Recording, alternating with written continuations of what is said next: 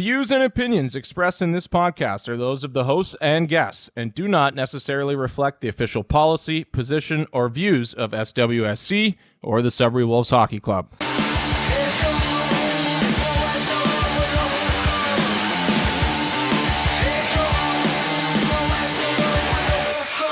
Welcome to another episode of the Dencast. I'm David Bowen. With me is Alex Pharand. You can see him on the screen. Farzy, thanks for doing this with me today. I know you're busy, so glad to have you.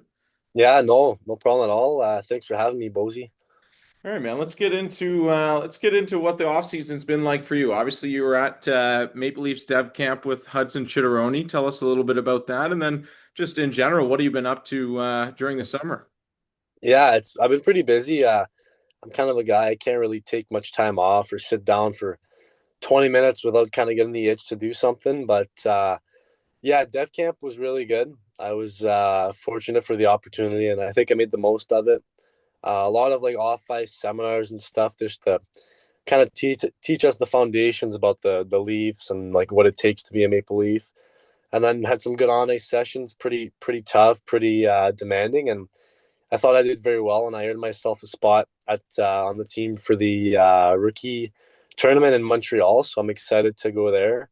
And then to speak about Chitter, he looked amazing as well. He was playing his game and looking really dominant out there. So I'm sure he'll have a really big season up ahead. And then other than that, I've been skating in town, skating with the Felinos and the skates 4 times a week. Just working out with Killer, working out with myself, my gym, my home gym, staying busy. And then for the last probably 7, 8 years, I've been doing some off ice hockey training in the barn. I got like a shooting pad and a home gym. And this year I really dialed it in and like kind of made it a thing. I got some merch going, and I've been doing a little bit of hockey training in my barn. I've got a pretty good amount of clients, so I've been doing that to make some cash to fill up the RAV4, and that's about it. Just golfing as much as I can as well, and yeah, pretty typical hockey player lifestyle, I'd say. Yeah, good for you, buddy. Couple of questions I want to ask you just to build off of that. I was following along at Maple Leafs Dev Camp, and I listened to Haley Wickenheiser talk about how they were bringing in a horse for one day. Were you there to experience that? Tell me a little bit about that. Yeah, it's funny you asked that because they did bring a horse in. I had to leave because I'm actually allergic to horses and cats and dogs, and it's pretty bad. And it was a huge farm downtown Toronto, and the ventilation wasn't the best. So I kindly went up to Haley. I was like, hey, like just so you know, like I'm allergic. Like I just don't want to be all stuffed up for the skate, not being able to breathe. So I had to leave. I was there for the start. I don't know if I overheard the guy saying it was one of Shane Doan's horses that he was like training to go to the. They said it was like a horse that would be like a Calgary Stampede horse for one of the events. But yeah, I wasn't there. I heard it was just like kind of explain to the prospects like the like what it takes to train a horse, all the time and money that goes into it. In comparison to like one of their prospects, like you fly them out, train them, you gotta nourish them and kind of put it through the process of becoming a pro. And for them, they wanted us to make that comparison and really appreciate all the time and hard work that these horse trainers put into the horses. So that's what I got from it. I think it was pretty cool, but I unfortunately couldn't really be there for more than 10 minutes.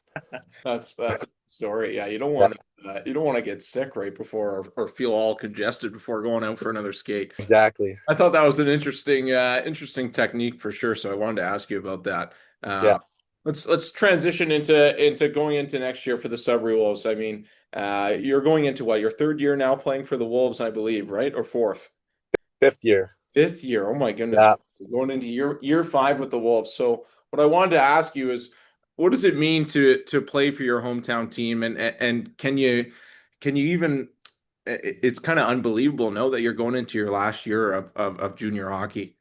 Yeah, it's pretty cliche, but the old vets said, "Oh, enjoy it. It flies by fast," and it really does. It's crazy. Even the summer, like just time flies, and I had so much fun with so many different teammates. I played with so many unbelievable players and people, and just to be able to do it in my hometown, obviously starting in Hamilton and getting traded here, I wouldn't really change it for the world. I think that it all worked out, and I'm really happy where I am.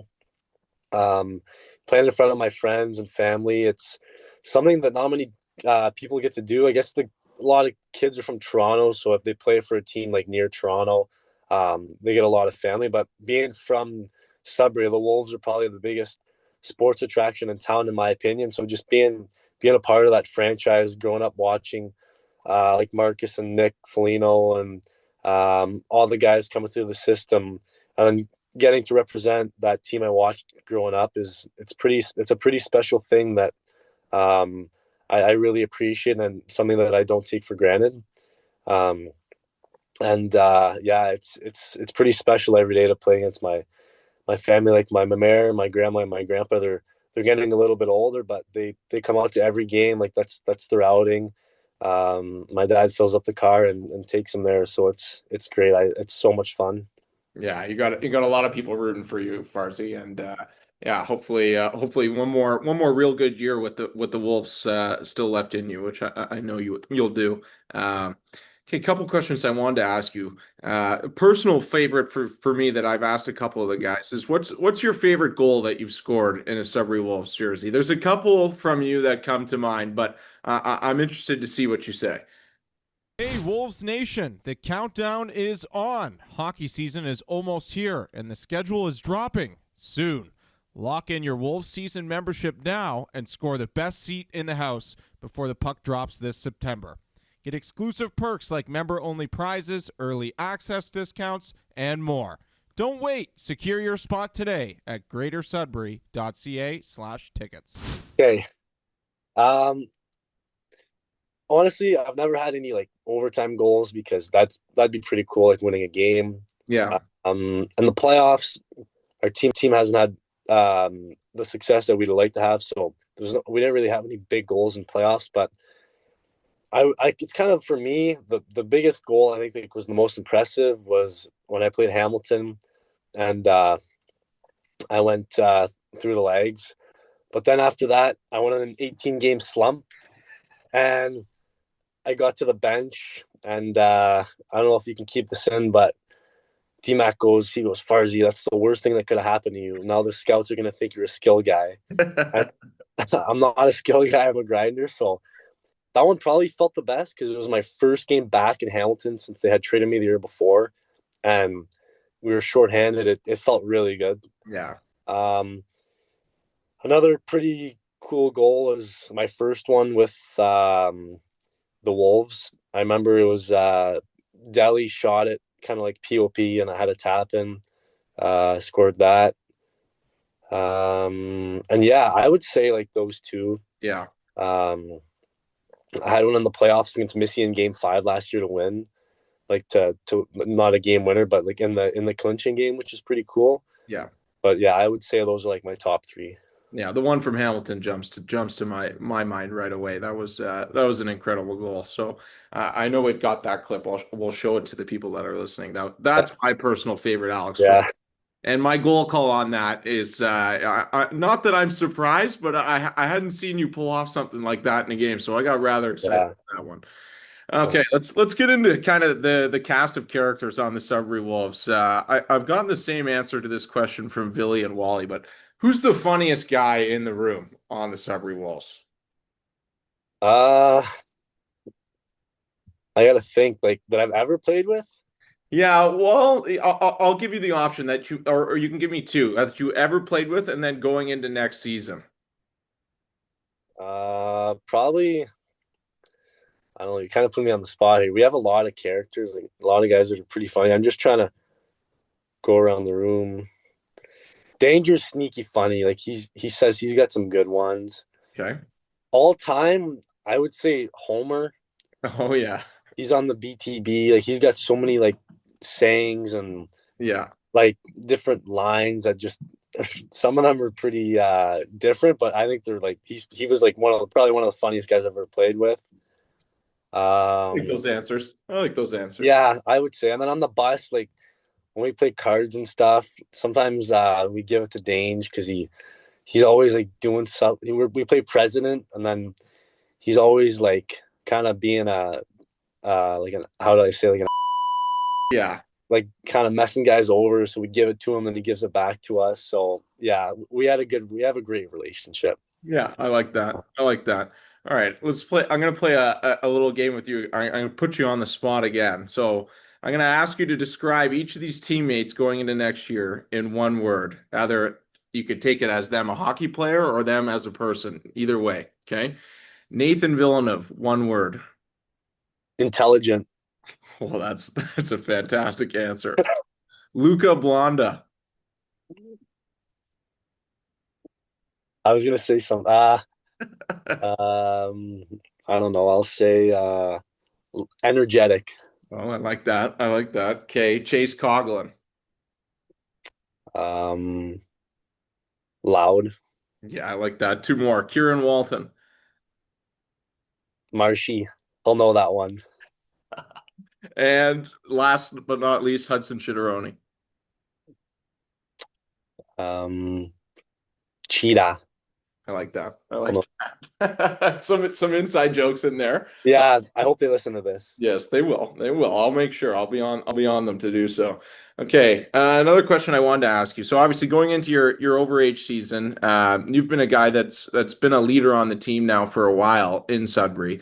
I'm going to ask you a two-parter. How do you approach being a leader? What's your leadership style? And if you were to be named captain of the Sudbury Wolves, what would that mean to you? Yeah, I think the first thing being a leader is something that I've kind of preached on my whole life.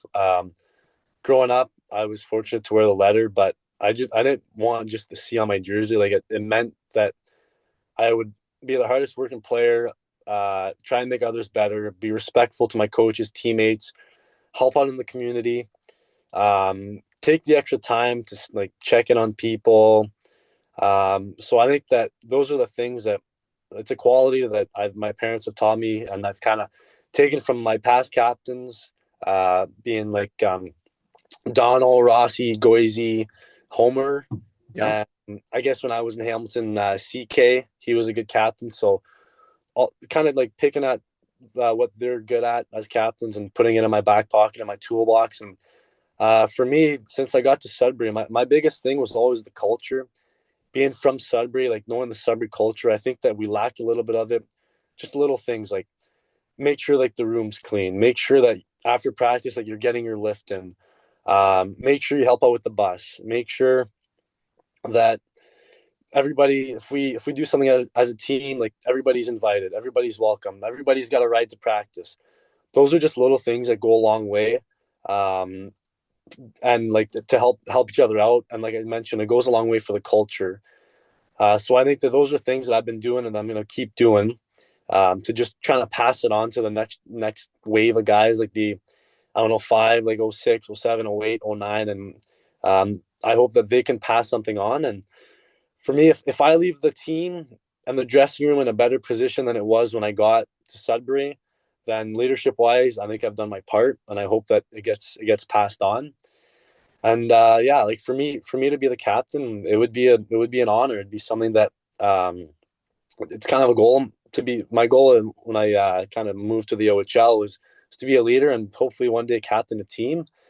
And if it happens, like that'd be awesome. I wouldn't change who I am. I would keep doing the little things right, keep helping my teammates, and keep showing them the way. Like I think I've done a pretty good job at doing the last couple of years. But I think just like anybody else, I can always be better teammate, better player, and I think that if I get that letter, I'll kind of take it to that next level, just some experience and being an overage, taking stuff from guys like I mentioned. It'd be truly an honor and something that I would cherish for sure. Yeah, Farzy. I mean, I think I can speak from pretty much everyone in the Wolves organization. It's pretty easy to see the kind of leader that you are, and definitely doesn't go unnoticed. So I don't know anything, but we'll see it upcoming in the next year. You kind of talked about the next wave of players coming into the Ontario Hockey League there. And really, the Ontario Hockey League now is in a place that is kind of let me find the right word, but nobody's kind of seen this type of version of the OHL with the NCAA rule change. My question for you is, what is your thoughts and feelings of the 2025 2026 Sudbury Wolves team? Lots of guys have signed, some import guys have come in.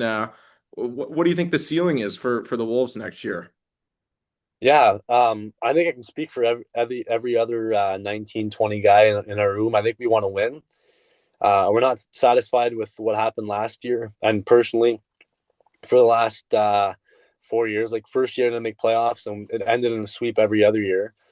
So I think that me and guys that have been there for a while, like Billy and Waltz, like we kind of like we got a lot left to prove, and Cogs and even the older guys that have been around the league, we kind of want to prove that we can win more than we have. And I think that we got the team for it. Barnes is a great coach. We got a great staff from the development staff on in. Sorry. No problem. I think that we have the personnel and the work ethic and the team to turn some heads. And I think I said this last year. Some people were kind of like counting us out a little bit, saying, "Oh, we're gonna sell, blah blah." But I think we had a really good team. We ran into a solid, well-structured Kingston team that went on to lose to Barrie in 7, which Barrie was a very, very respected team. But I think for next year for us, again, I think we can be a top team in our conference and compete with every team every single night um, by our identity, which is working hard, buying into the systems, and doing the little things right that will lead us to success in the long run. Yeah, I agree. It's a weird OHL landscape right now, but I've got belief in the group coming back. And you talked about Scott Barney too. Great for him getting noticed by Team Canada too, coaching the U17. So shout out to Scott. Yeah, I think that's obviously well deserved. Okay, a couple more questions for you, and I'll let you go. yeah, no problem. I'm in I no asked rush. I asked a couple of the guys this question as well. Are you a pregame superstition kind of guy? Do you eat the same meal before every home game? Do you put on the left skate before the right skate? Do you have any weird pregame superstitions or no? Uh, no, I'm not too superstitious.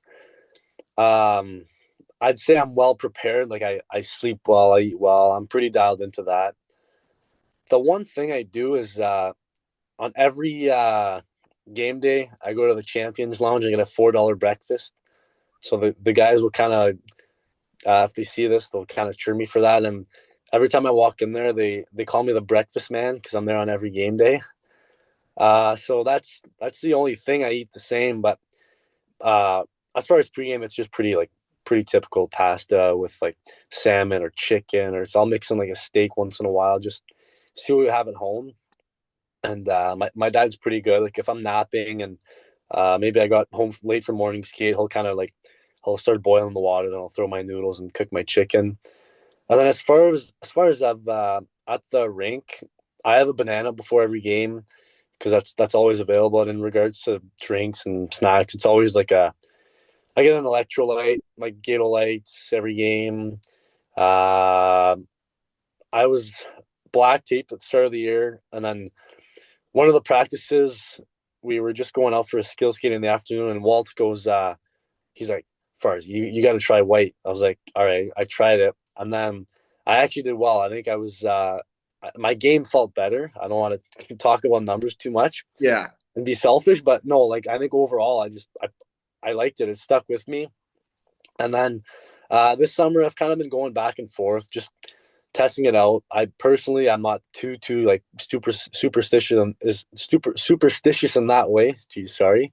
Oh, good. But in my head, like I know that if I do the little things right, like nutrition, hydration, sleeping, getting a good dynamic warm up, I can't blame a bad game on using the wrong color tape, or I can't blame a bad shift or a bad I don't know, face off if Yeah. my skate's too loose, or if my left skate was on before my right. Like for me, there's no difference.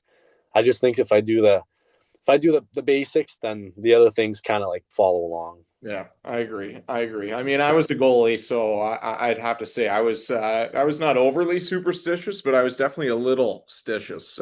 Sudbury, come watch champs defend the throne. The Sudbury Five are ready to defend their championship title for the 2025-2026 season. and you can be a part of the action right from the start. Get your season membership now and lock in your place among the crowd as the five fight for their throne. Early members, exclusive perks, discounts, VIP access, and more. Don't miss out. Grab your membership today at greatersudbury.ca/tickets.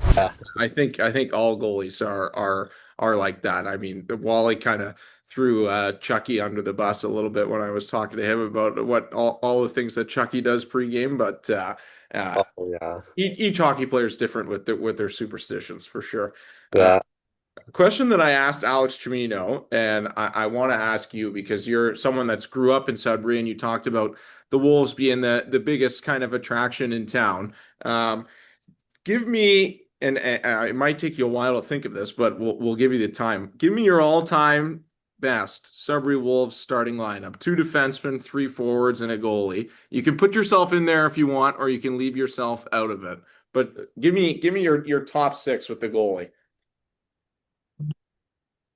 Okay. I'm definitely gonna keep myself out of it because Okay. I'm definitely not up there.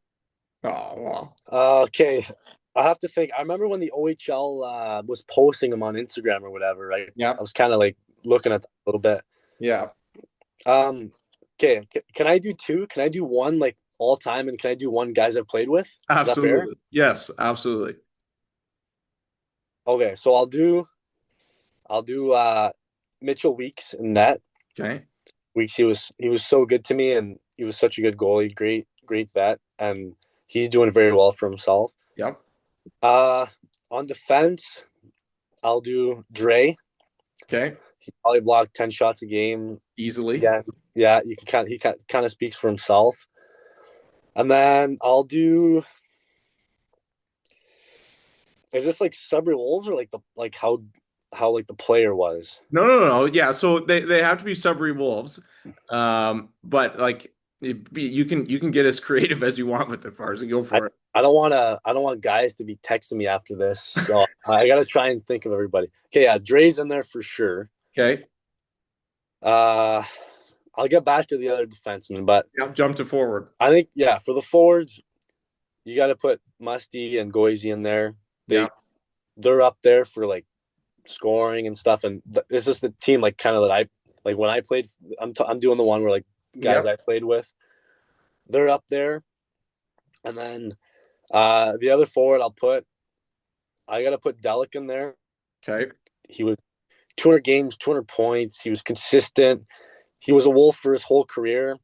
That's why I gave him the edge over Daly, and Daly's one of my best friends. Daly was a great player, but Daly. I got to put my boy Daly in there. And then the other defenseman, I got to put. Trying to think here.